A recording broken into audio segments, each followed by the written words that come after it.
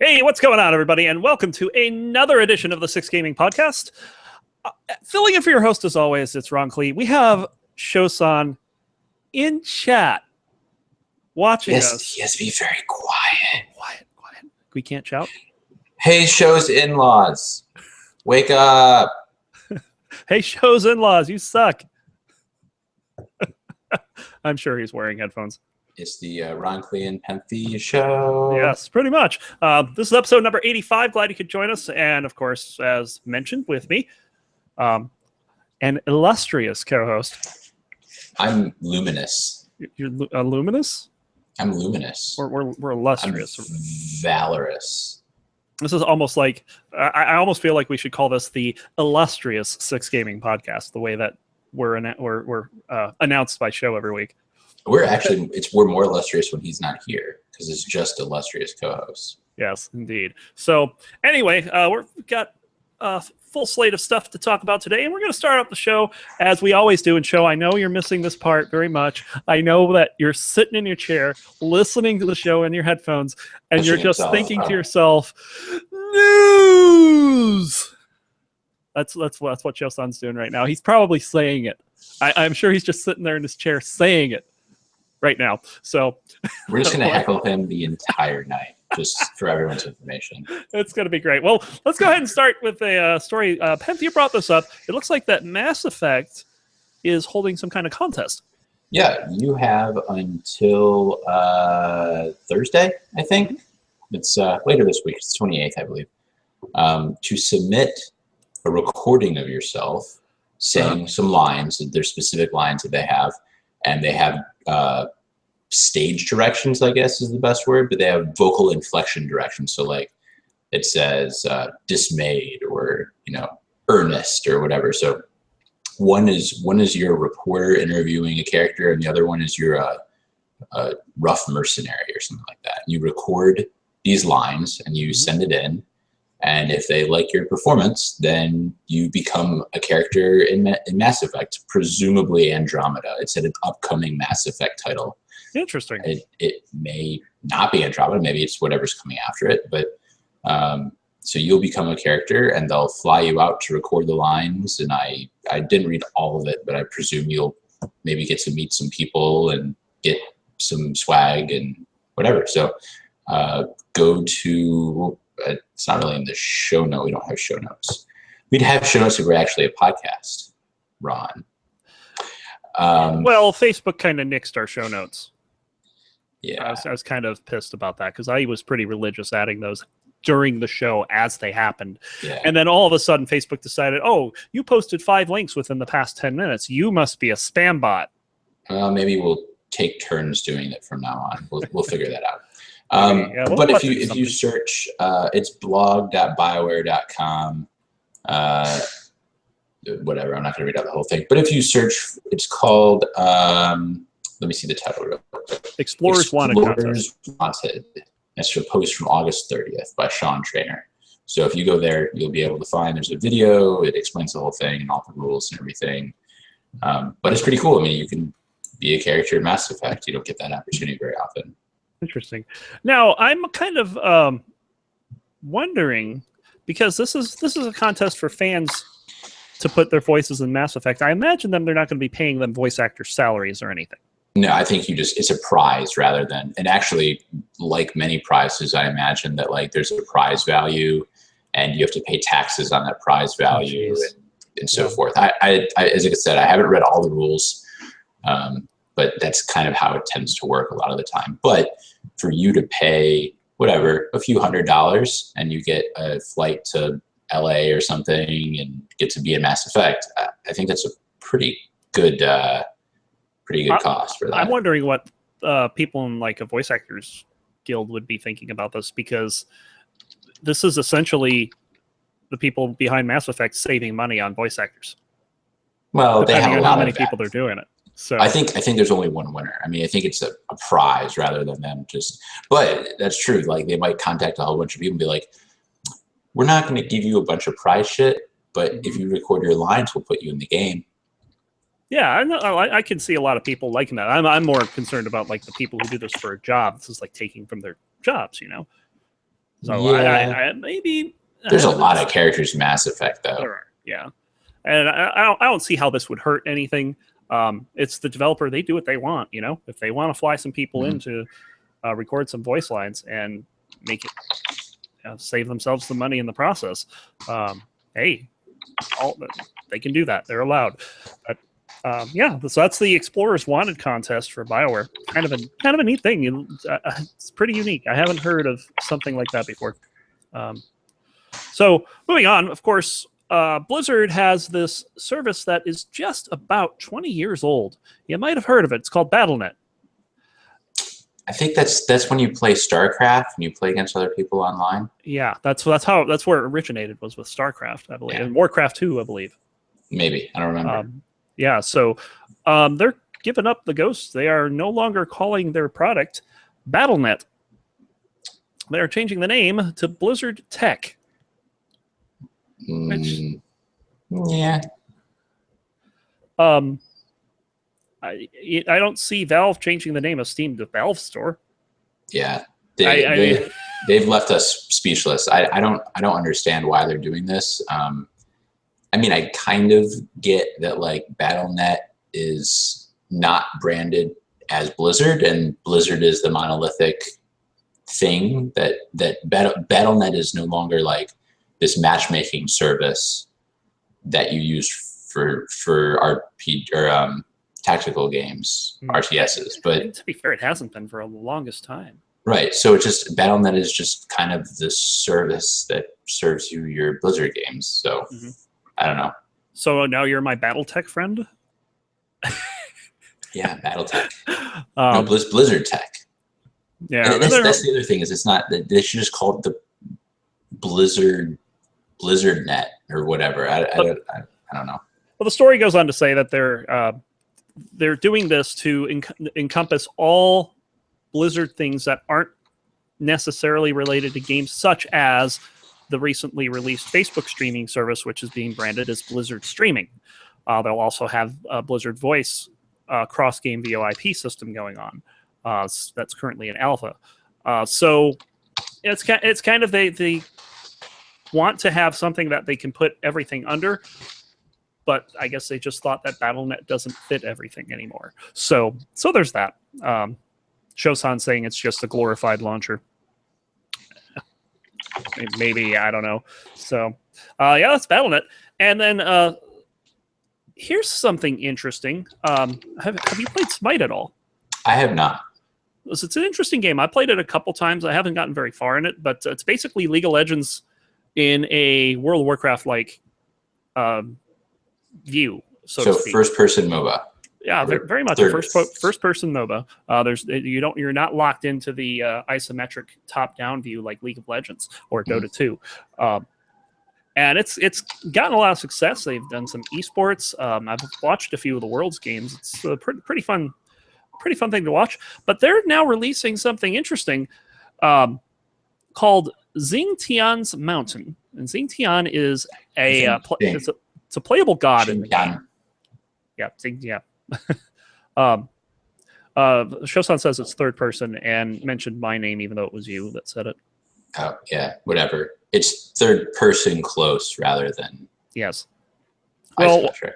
What they're going to be doing is Xingtian's Mountain is basically, for lack of a better term, a 5-man dungeon, a PvE style 5-man encounter where there's going to be MMO style raid bosses. There will be wave based survival challenges, and you can use any god you own except for Xingtian, since it's his mountain, and you'll get to use them in different ways. They haven't explained what that is just yet.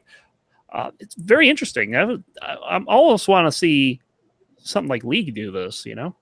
Well, and then to that point, should Warcraft have some area where you basically play a MOBA? Mm-hmm. Like, could they kind of strike back and say like, okay, well, MOBAs want to be like an MMO. Our MMO is going to have a little bit of a MOBA thing. So like, instead of one of the PvP arenas could basically play like a MOBA. Right. It looks like that Odyssey is the name of the overall service. They're going to be adding some gods based on this, stuff like this. And I don't see if they plan on how far they plan on expanding this, but it looks like that this is going to be available at least until October 11th. So definitely check that out if you're a Smite player. It's pretty neat. And speaking of MOBAs, what you drinking? I'm drinking some Malbec, just some wine. What for those of us that don't drink, such as me? What is it's red wine. Red It's wine? red wine. Is it close to you? It is close to me. Is it staying close to you? It's very close to me. Okay. just want to be sure. All right. And I say that because we've got League of Legends Worlds to talk about. This is coming up this coming week, as a matter of fact. And I just lost the page. I don't know what the heck I did with it, but there it is. There it is. LOLesports.com and hating each other just like League is like. By the way, I don't remember if I said this the other week, but we talked about like how many subscribers they said they had or something like that. Oh, 100 million, yeah. Yeah, I'm pretty sure like 3/4 of those are veg and Coles. Yeah, we talked about that. Okay. We definitely talked about that. And so the League Worlds, of course, this is coming starting on Thursday at it's the opening ceremonies, 4 p.m. Pacific, 8 p.m. Or 7 p.m. Eastern, and this is in the States, boys. We're getting it here this year, so it's going to be prime time.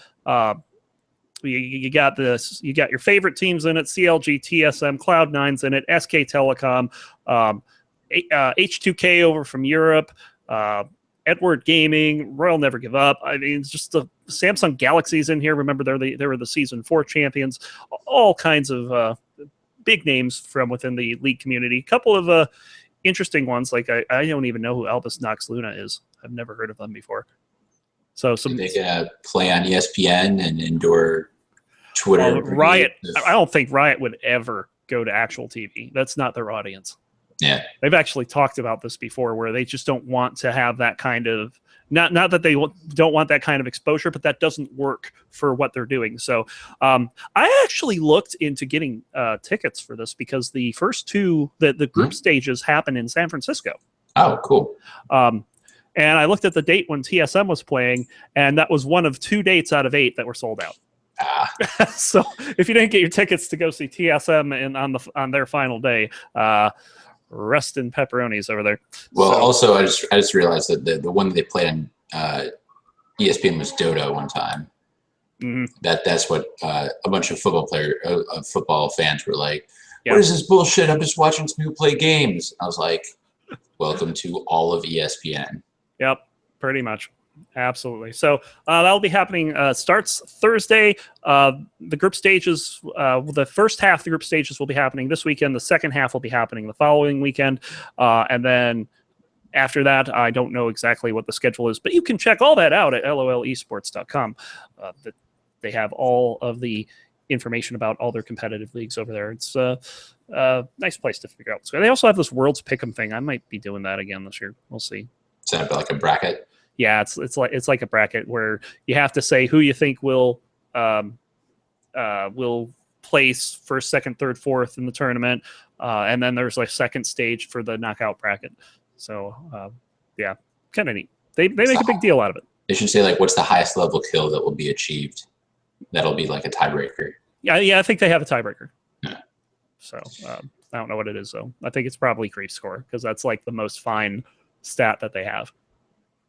Because some people can have 200, some people can have 800, depending on how long the game goes. So it's a pretty big thing. So that just about does it for the news this week.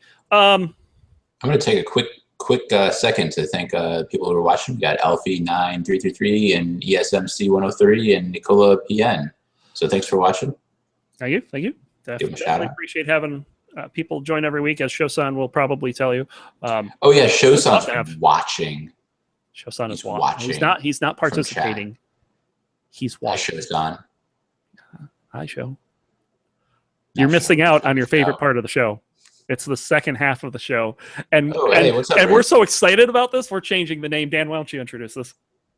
Oh, yeah. So we usually have, hey, podcasters, what you playing? And And show looks really goofy when he says it. yeah.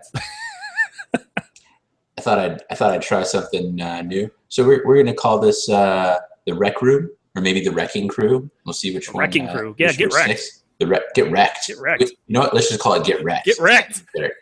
So we're gonna talk about our recommendations. So Ron brought up, we on the podcast a long time ago, we used to give recommendations and like games that we thought of from 1994 or whatever.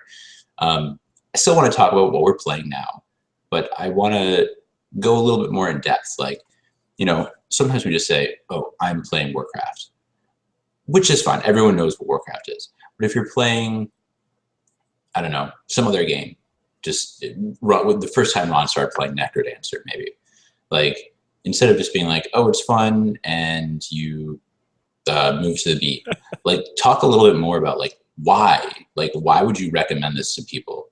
What are the specific things about it that make you think other people should play this game? So I think that will give a little bit more content to the things we're talking about. So instead of just saying, oh, I'm playing these games, I think the viewers would be interested in knowing, here are the things why you want to play it, and maybe here are the things why you wouldn't want to play it, and kind of give a little bit of pro and con. And now I kind of like counterweighed this with when we did this kind of thing back on the first run of the podcast. It got old really fast, so it's kind of more of a, as you come across some type of thing, we might bring up something one day. Like for me right now, I am buried under a bunch of things outside of work and gaming right now that's got me doing other things. So I really can't bring a whole lot to the table, unfortunately. Yeah, that's fine. But if you find something that's kind of neat that you'd like to recommend to people, this is the forum to do it. So and frankly, the whole thing was, I just had that thought, Get Wrecked or Wrecking Crew or Wreck things having to do with recommendations, and made like a really big stretch to make that work. So if any of you viewers have a really good idea, have you heard any of my puns before? We spent an entire day in Blades of Valor making puns back and forth about 10 years ago. So yes. Then I think you know that Get Wrecked is probably not the worst pun I've ever heard. No, it's fine. But if any of you viewers have any good names for a segment where we talk about games that we're playing and it's not a total rip off of, hey Ash, what you playing, let us know, and maybe we'll use it. Yep. We actually had a guild called Wrecked on one of our WoW servers. I think it's Coral Stress. It was a big deal. So yeah, Dan, Get Wrecked. Yeah. I like it already. So one of my buddies at work bought himself a GTX 1080. So good for him. That's not something I can just drop money on. But the side effect of that is that he had a 780 that he didn't need anymore. And I was running ATI. Well, is it ATI or is it Radeon? Whatever the actual name is. Mm-hmm. Like a 6000 series or 7000 series or something like that. Something pretty old.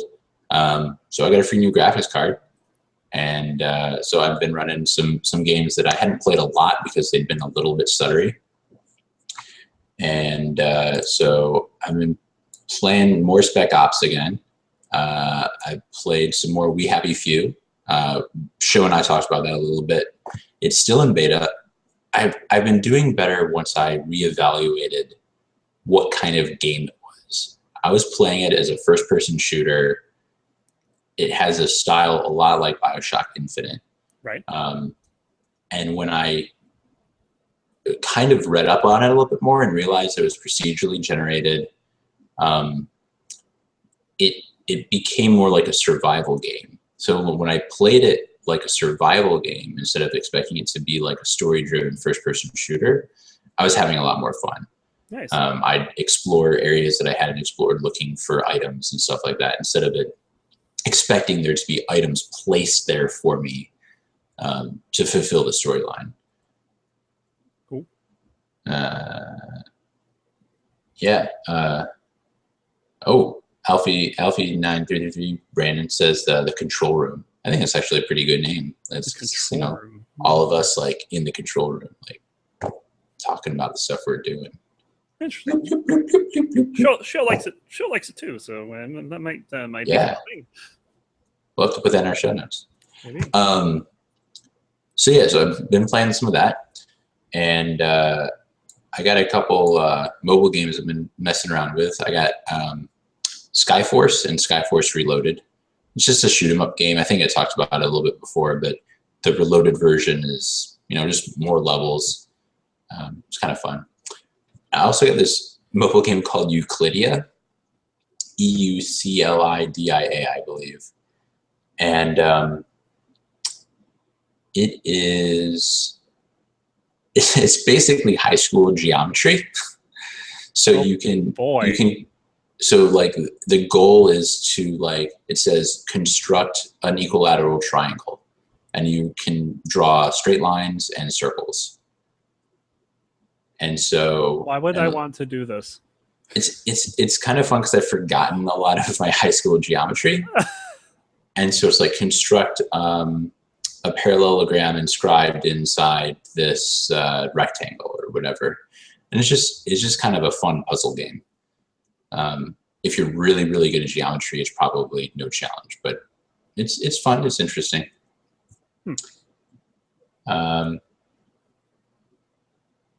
Anything else? Control Yeah, Room. control. I like it. But that's only when Coles is here. It's only when Coles is here.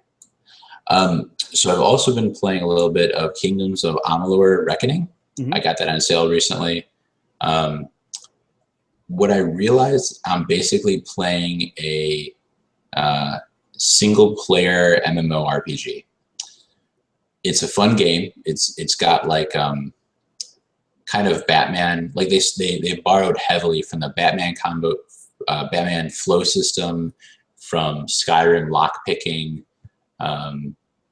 There's a lot of influence from games that you'll recognize, and they just. Right. So I also found out that the producers were like Todd McFarlane, who is the creator of Spawn. Yeah.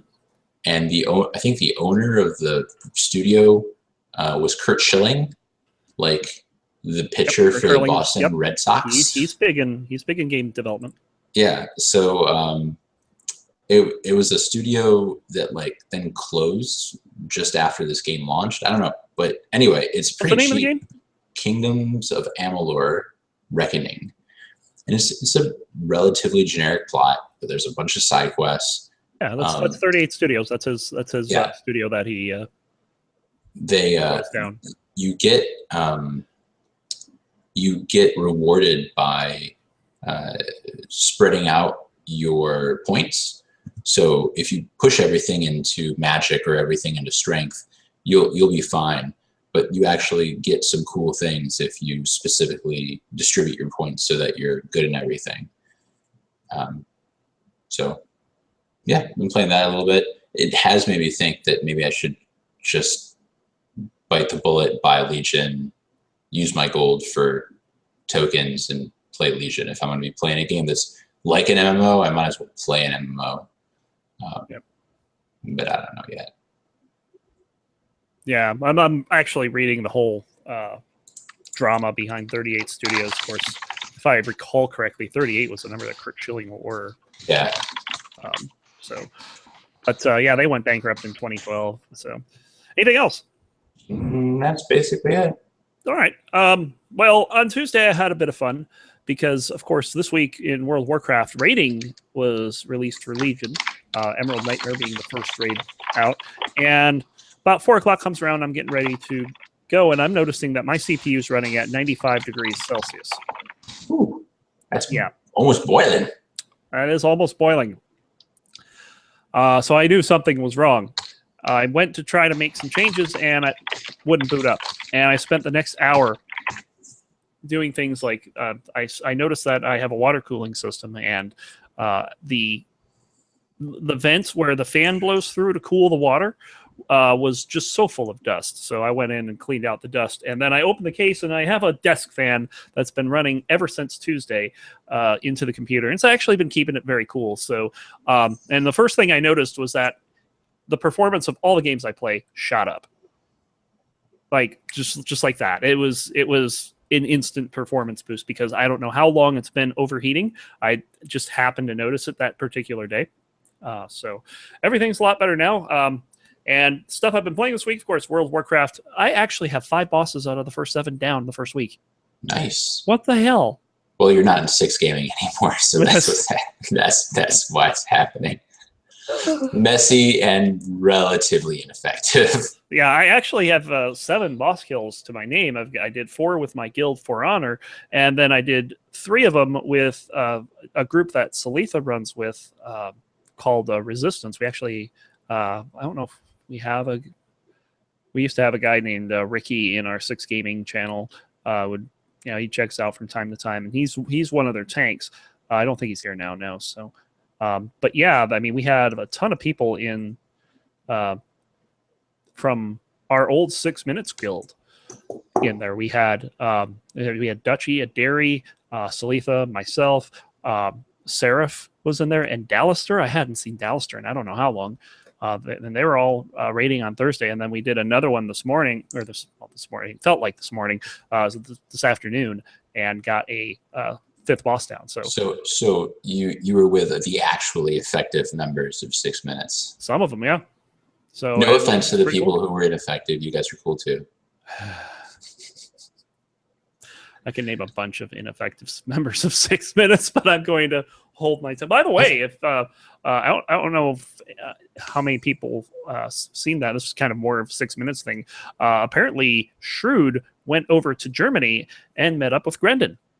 Yeah, they have a picture on the 6 Minutes thing now. So I thought that was kind of cool. It's like, hey, we got people meeting up outside of the country. That's really neat. So anybody who's watching and watches this later, check out 6.gg.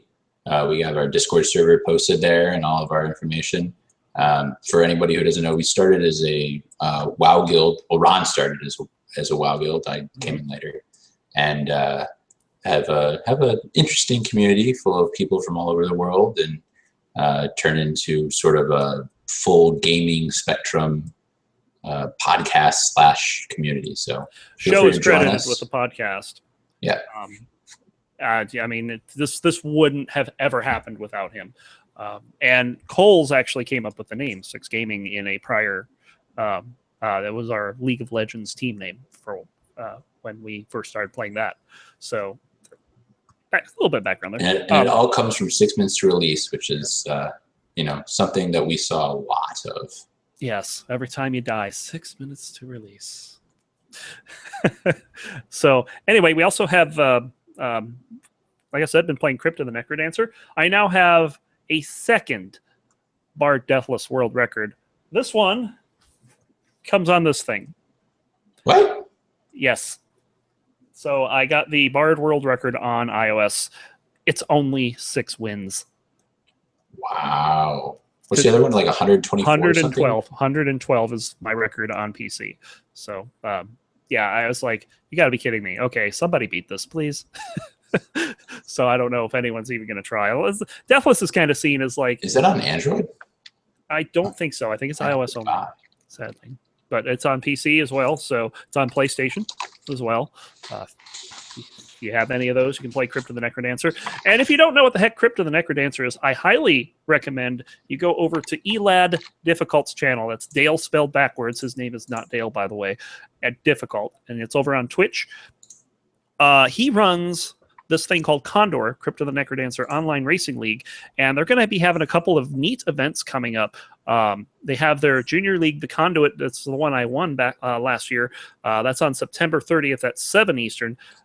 They have a score tournament where you get as much gold as you can. That's Saturday, October 8th, 2 Eastern.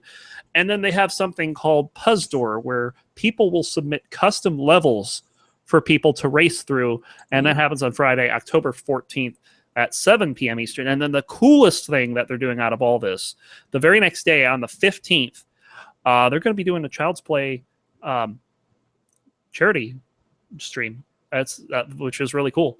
They've done a couple of charity streams in the past, and having this on there just, yeah, it's really cool that they're doing stuff like this. Child's Play is always awesome. Yeah.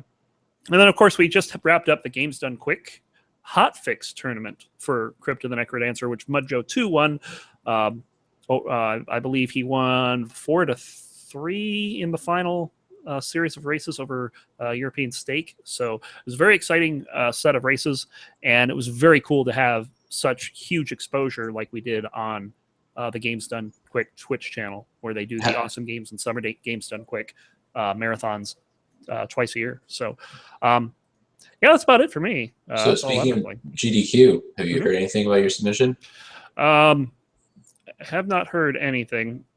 Currently, this is what I see whenever I log in right now, and it shows me my submission. It says that it's pending. It says it's publicly visible, and supposedly this will change when things change. With them. So yeah, and I won't find out for sure until I believe 2 weeks from now. So okay, well, we'll find out in 2 weeks. Yeah. For anybody who doesn't know, Ron is like a speed running, like, so he has a world record in 2 games. For speed, just one. Sub-Level 0, which is a first-person shooter, hardcore roguelike. 6 degree freedom. He is a descendant of Descent. A world record for speedrun by like 10 minutes or something like that. Oh, it's more than that. It's like half an hour. Like half an hour. He has like the fastest time by half an hour. Yeah. And has a world record in Crypt of the Necrodancer and some other high rankings. So Ron's basically like a video game celebrity. Yeah. Something like that. But yeah. So, and he was also the Jade Empress for a little while. We won't go there. Moving on. We're going to make Show very depressed here, because he is going to miss his favorite part of the show. He's going to have to just sit on the sidelines and watch as we go to the third half of the show. His favorite half. Did I mention his favorite half? In Twitch chat. Yeah, we're not going to take any of his feedback. We'll take your guys' feedback. But this is the 6 Gaming Roundtable, where we come and ask you a question about gaming, and just to promote a bit of discussion, a bit of thought. It's Showstone's favorite part. He says it in chat. That's his favorite part. He didn't spell it with a U. We use British spelling here. So it's his third favorite half. That's a good way of putting it. And this week I've kind of taken this from the Smite news that we had a little earlier. So you have a game that you play, right? It's a pretty neat game. Let's say it's like a cooperative game. Like let's say it's I don't know. Would Destiny even be a good example? I don't play Destiny, so I don't know. But just like some type of game that you play that's either cooperative, or all PvP, and then it jukes on you, where it has a mode where there's PvP, or there has a mode that has PvE that it didn't have before. What kind of game would you want to see do that?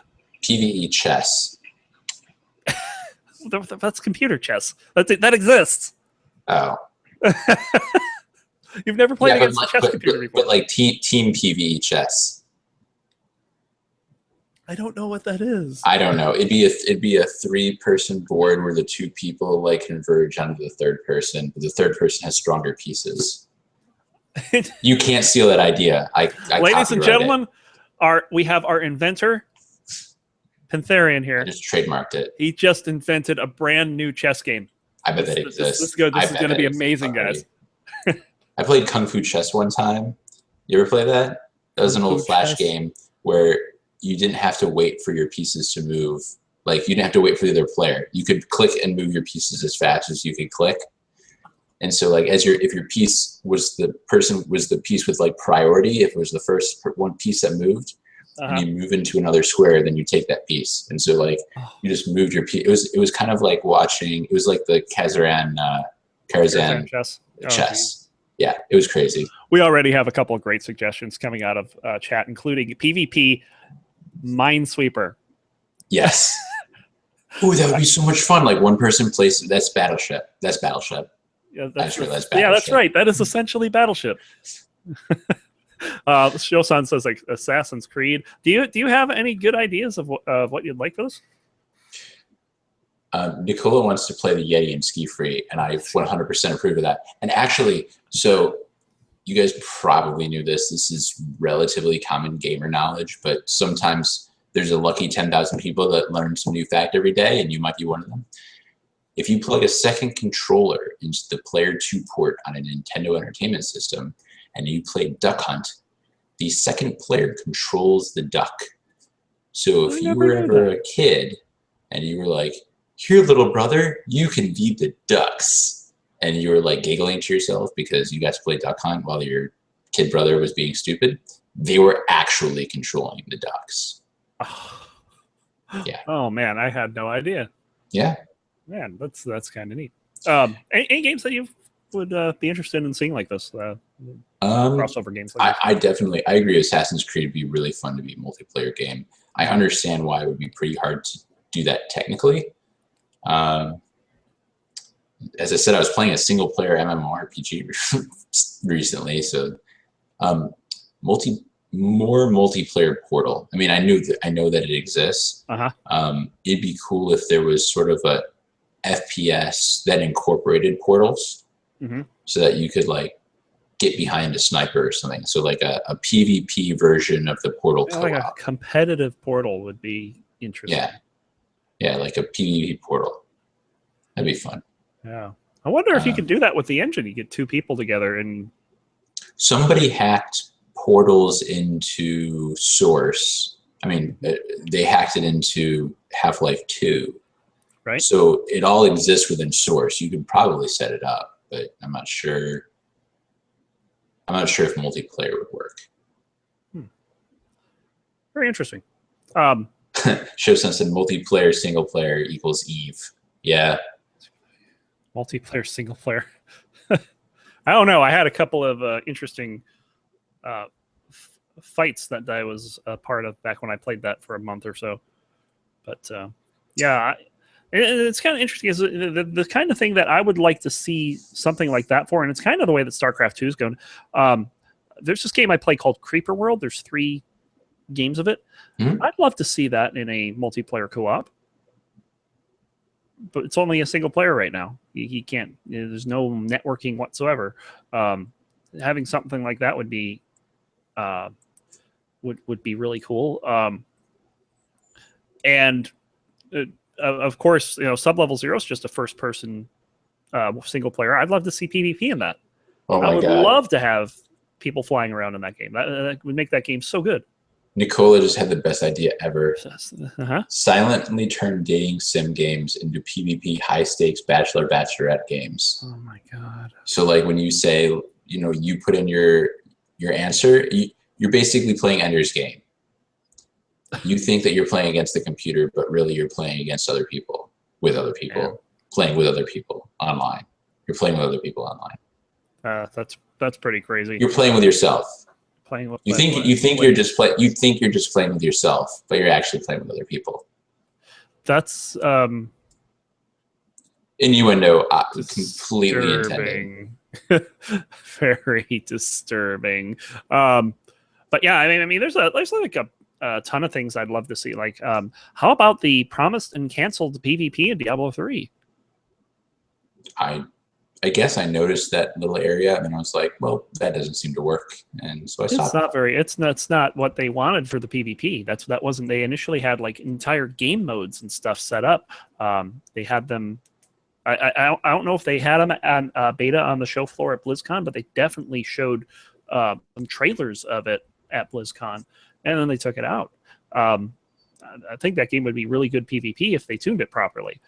But apparently the big problem was tuning it properly. Yeah. So stuff like that. Yeah, I think if they were to do that in Diablo, they would have to make it like League of Legends and Smite, Dota, to where you don't really have gear.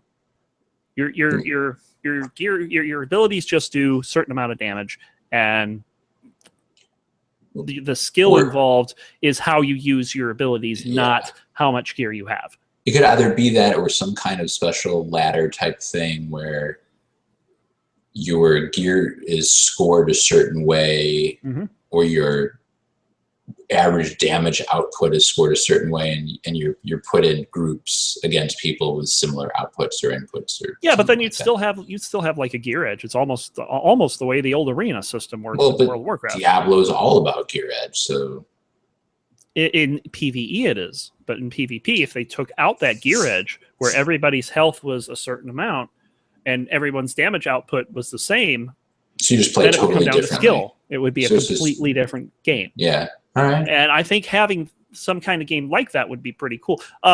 Devilian does that. Now that I think about it, Devilian has PvP, and it's a little gear based, but for the most part, they tune their PvP pretty good, I think. Well, I mean, in WoW, the PvP gear is different. So, well, now it's like PvP gear is not even really PvP gear anymore.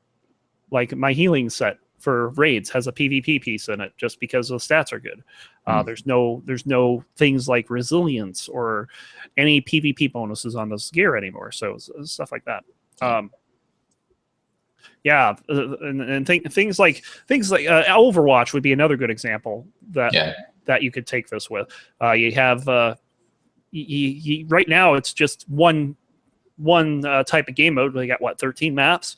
You play on one of those 13 maps. You play the same game whether you're playing against players or bots.